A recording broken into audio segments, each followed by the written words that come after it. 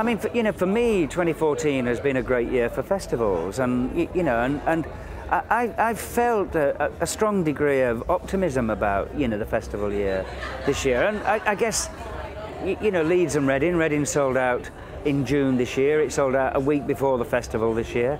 Leeds tickets are about 7 or 8% up on last year. I haven't got to the 80,000, but I've got north of 70,000, and I'm really pleased about that.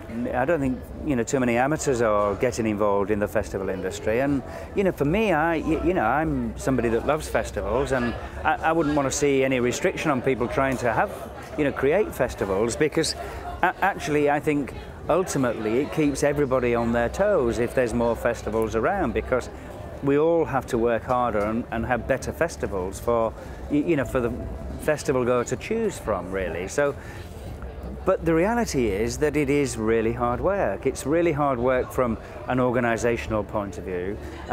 It's really hard work, to attract the bands.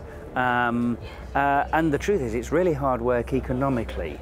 I mean, I genuinely don't think so at all. And I think, one always has to be, put things into context. And, the context is, Reading, there's 90,000 young people. And they're all living in tents. They're, it's not like a town of 90,000 people, because in a town of 90,000 people, the teenagers would probably be 5,000 or 6,000 people.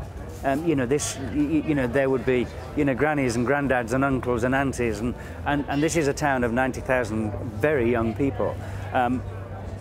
And actually, when you consider what the crime is and things like that, there's not been any disorder, no disruption at any of the festivals. I don't think they're at all becoming at all dangerous. I think what happened at Parklife, quite frankly, that could just as easily have happened in Manchester city centre, and actually regularly happens in Manchester city centre. Or not regularly, but it's not unknown in any big city centre. So I don't think there's a concern on safety at all, actually, at any festival in the UK that I'm aware of. I don't think the British market is ready for multiple weekends of the same festivals like Coachella did, or like Austin City Limits did. Interesting enough, I mean, the real certainty around those particular festivals is the weather. And actually, the truth is, it would have been almost impossible for us to turn Leeds Festival around last year into the second weekend with the weather that we'd had, that weekend. So I think the weather plays a very significant part. I also think that certainly Coachella, it's in a very small place, and it's sort of in the desert, and I'm not sure Leeds wants. I'm not sure the residents of Bramham, or indeed, Thorn, or here in Leeds, or in Reading, want the same festival 2 weekends on the trot.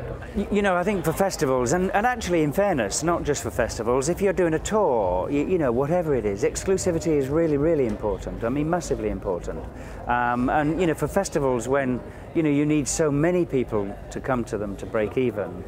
Exclusivity is essential to them, and we won't get away with it. Festivals won't have a strong future if bands play too many festivals in the same territory. It just won't. It'll start killing the festival industry. It is more difficult than ever to get the acts, because we're all competing for the same acts, but it does result in what we chatted about earlier, Dan, which is that some festivals are going bankrupt and going bust because they can't get the acts, or because the acts that they're getting are playing too many festivals, and therefore there's no reason for somebody to buy a ticket for that one to see that act, because they've got a ticket for that festival and they can see those acts at that festival. So the exclusivity and the economics of a festival and the success of a festival really are essential.